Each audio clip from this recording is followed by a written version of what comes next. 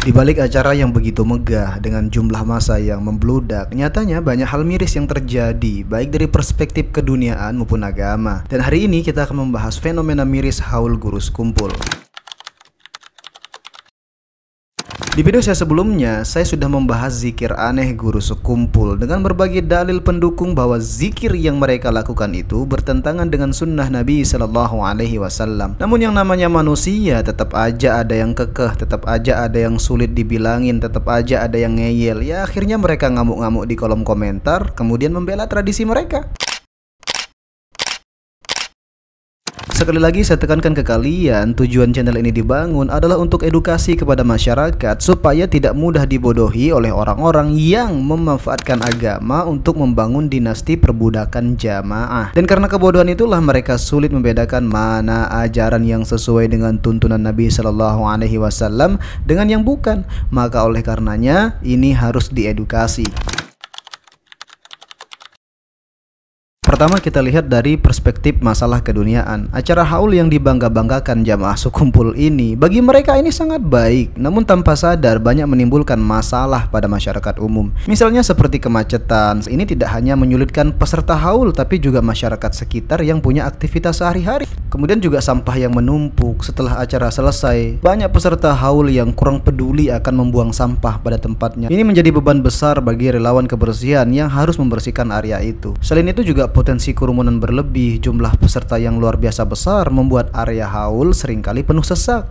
Selain mengurangi kenyamanan, ini juga berpotensi menimbulkan resiko kesehatan terutama bagi jamaahnya yang sudah tua. Dan juga orang-orang di sekitar merasa terganggu. Penduduk sekitar seringkali menghadapi tantangan seperti kesulitan akses keluar masuk rumah, kebisingan, hingga dampak dari parkir kendaraan yang sembarangan. Nah itu adalah masalah dari perspektif keduniaan. Lantas dari perspektif agamanya seperti apa?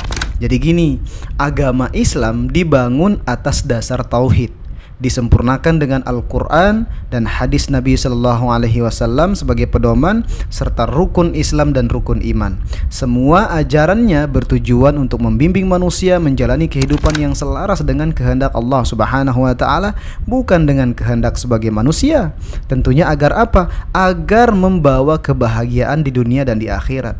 Jadi dalam beribadah kepada Allah itu ada tuntunannya, ada caranya, dan cara beribadah itu nggak bisa dikarang-karang oleh manusia. Tentu harus sesuai dengan tata cara yang diinginkan oleh Allah Azza wa Jalla, dan cara yang diinginkan itu diajarkan oleh baginda Nabi Shallallahu Alaihi Wasallam. Maka hanya beliaulah yang pantas kita jadikan sebagai patokan dalam beribadah, sebab hanya beliau yang paling mengerti kemauan Allah Azza wa Jalla. Bahkan dalam perkara solat saja Nabi mengatakan, solatlah kalian sebagaimana kalian melihatku solat. Apalagi dalam ibadah-ibadah yang lain, tentu Nabi Shallallahu Alaihi Wasallam sudah mengajarkan itu semua. Dan gak bisa kita beribadah yang bukan dengan cara yang diajarkan oleh beliau. Gak bisa ditambah-tambah dan gak bisa dikurang-kurangi. Nabi Shallallahu Alaihi Wasallam bersabda, barang siapa melakukan suatu amalan yang bukan berasal dari kami, maka amalan tersebut tertolak. Waduh, udah capek-capek dilakukan, ngabisin biaya banyak, kok gak diterima oleh Allah. Mendingan itu dipakai buat haji atau umroh, kan lebih barokah. Jadi meskipun alasan kita tradisi lah, kebiasaan masyarakat banyak lah, itu nggak bisa dijadikan dalil. Nabi Shallallahu Alaihi Wasallam bersabda, aku telah tinggalkan kepada kamu dua perkara, kamu tidak akan sesat selamanya berpegang kepada keduanya, yaitu kitab Allah dan sunnah Rasulnya. Nah apa hubungannya dengan haul sekumpul ini? Hubungannya yaitu mereka jamaahnya menjadikan acara ini sebagai sarana beribadah kepada Allah, sedangkan tata caranya tidak pernah diajarkan Al-Quran dan hadis Nabi Shallallahu Alaihi Wasallam. Datang ke makam lalu berzikir sambil manggut-manggut, bahkan sampai ada yang kesurupan. Apakah ini sesuai dengan yang diajarkan oleh Nabi? Coba kalian bayangin gimana jadinya kalau Nabi dan para sahabat dulu berzikir kayak gini. Apa nggak jatuh wibawa beliau di mata orang kafir? Mungkin Abu Jahal dan kawan-kawan akan tertawa terbahak-bahak sambil bilang, wah ajarannya kok sama dengan ajaran kita ya.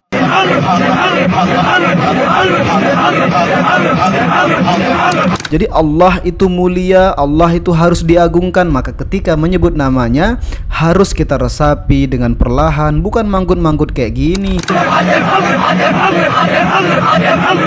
Astagfirullah ya akhi. Pantas ada hadis Nabi yang mengatakan sesungguhnya Bani Israel terpecah menjadi 72 golongan, sedangkan umatku terpecah menjadi 73 golongan. Semuanya di neraka kecuali satu. Para sahabat bertanya, siapa golongan yang selamat itu wahai Rasulullah? Beliau bersabda, yaitu yang mengikuti pemahamanku dan pemahaman sahabatku.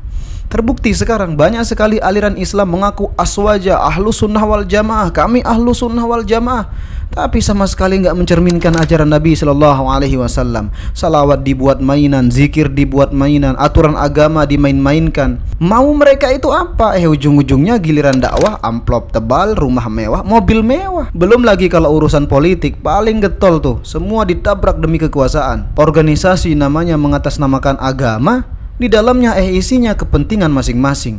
Mending saya dibilang Salafi Wahabi tapi ikut tuntunan Nabi Shallallahu Alaihi Wasallam daripada ikut seperti mereka, agama dibikin susah dan ruwet. Katanya sih sesuai keinginan nenek moyang mereka. Entah nenek moyang yang mana kita nggak tahu.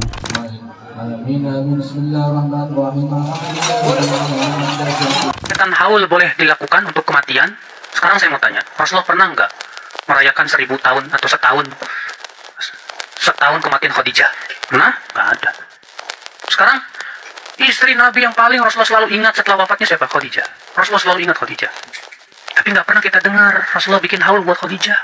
Rasulullah bikin haul buat pamannya beliau siapa? Hamzah yang gugur di medan perang. Tidak pula Rasulullah bikin haul buat anak-anaknya yang meninggal dunia. Siapa itu? Ummu Kulthum. Utsman bin Affan ketika istrinya meninggal dunia, dan istrinya Utsman itu anaknya Rasulullah SAW. Apakah Utsman bikin haul? Nggak ada juga. Tidak juga para sahabat bikin haul 100 hari kematian Rasulullah SAW. Kalau itu ada, tolong sebutkan satu riwayat saja dalam kitab mana. Nah, mereka yang bikin haul tuh cari-cari pembenaran, Pak. Oh, dapat tuh riwayat asar Tawus. Tawus berkata, dahulu mereka suka untuk memberikan makan untuk mayat selama 7 hari. Saya mau tanya, apakah dalam asar tersebut, ya, mereka disebutkan itu dalam rangka haul setahun? Enggak.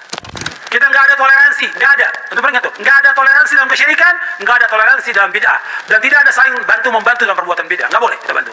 Jadi ingat itu, bahwa kita jangan toleransi pada bid'ah. Bid'ah tetap bid'ah, jangan kita bantu, jangan kita tolong. Nggak ada kerjasama, tapi kita bergaul dengan masyarakat tetap dengan mereka. Senyum dengan mereka, akhlak yang mulia tunjukkan, salam kepada mereka, bantu mereka ketika mereka sakit, jenguk mereka. Tapi kalau bid'ah kita diundang, nggak boleh kita datang, nggak boleh ikut kerjasama dalam bid'ahnya. Nggak mungkin kita bisa berpegang di atas sunnah kalau kita nggak menjauhkan bid'ah. Antum perhatikan kata Nabi SAW, fa'alaikum bisunnati wa sunnatil khulafa'ir rasyidin mahdiyyin tamassaku biha wa 'addu 'alaiha bin nawajid wa iyyakum wa muhdatsatil umur fa inna kulla muhdatsatin bid'ah wa kullu bid'atin dhalalah. Jadi untuk bisa berpegang teguh kepada sunnah, jangan menjauhkan apa? Bid'ah. Berpegang, kata Nabi, teguh kepada sunnahku dan sunnah khalifahku yang lurus. Pegang lagi kita, dan jauhkan semua perbuatan bid'ah. Nggak akan mungkin kita bisa berpegang kepada sunnah tanpa menjauhkan bid'ah. Dan pada kenyataannya teman-teman ya, banyak dari mereka bersusah payah mencari pembenaran, bukan mencari kebenaran. Semoga kita terhindar dari perbuatan seperti itu. Wallahu a'lam. Demikian teman sunnah video di kesempatan kali ini. Semoga bermanfaat. Jangan lupa share video ini kepada keluarga kalian. Semoga mereka mendapatkan hidayah. Wassalamualaikum warahmatullahi wabarakatuh.